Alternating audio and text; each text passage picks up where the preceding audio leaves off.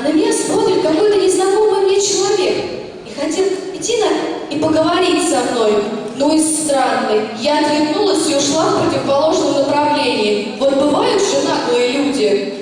Ну подожди, чего плохого в том, что человек хотел с тобой поговорить? А если он приехал из другого города и потерялся? А еще хуже, если человек приехал из другой страны, и здесь ему вообще все чуждо. А когда-нибудь на его месте могла бы и ты оказаться, между прочим. Да, ты права. Гостеприимство – это лицо твоей страны, и тебя в том числе.